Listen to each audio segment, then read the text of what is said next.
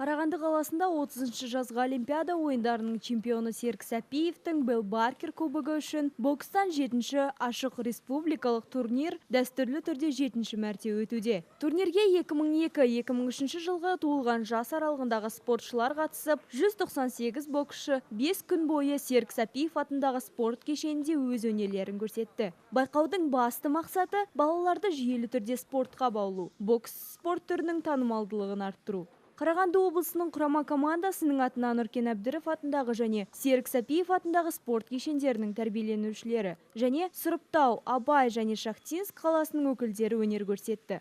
Жарыс 15 салмақ дәрежесі бойынша өтті.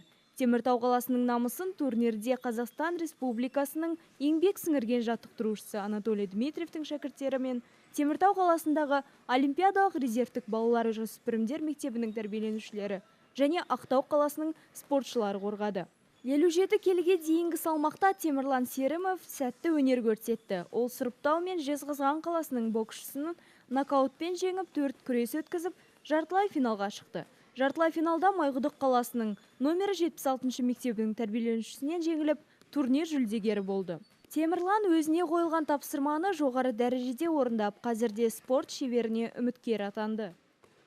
На этих соревнованиях он провел 4 боя. Бұл турнирде Темірлан Серімов 4 күрес өткізді. 4 деген аз көрсеткіш емес. Ол үшін қаншама дайындық пен еңбек қажет. Бар күшін салып турнирде жақсы өнер көрсетіп шықты. Қазіргі уақытта алдағы жарыстарға дайындықты бастап кеттік. Было достаточно тяжело.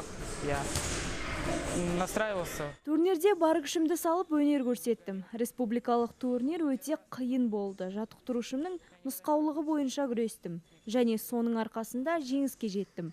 Жеңіс тер төгіп салған еңбегімнің нәтижесі деп білемін. Турнир жеңімпаздары мен жүлдегерлерін Қарағанды облысының дене шынықтыру және спорт басқармасы грамоталар және медальдарымен, ал демеушілер сыйлықтармен марапаттады. Қазір Теміртау боксшылары Алматыда өтетін командалық федерация кубогының жартылай финалында дайындықты бастап кетті. Желтоқсан айының басында Алматыда Мергерей Қайруддиновты еске алуға арналған халықаралық турнир өтеді.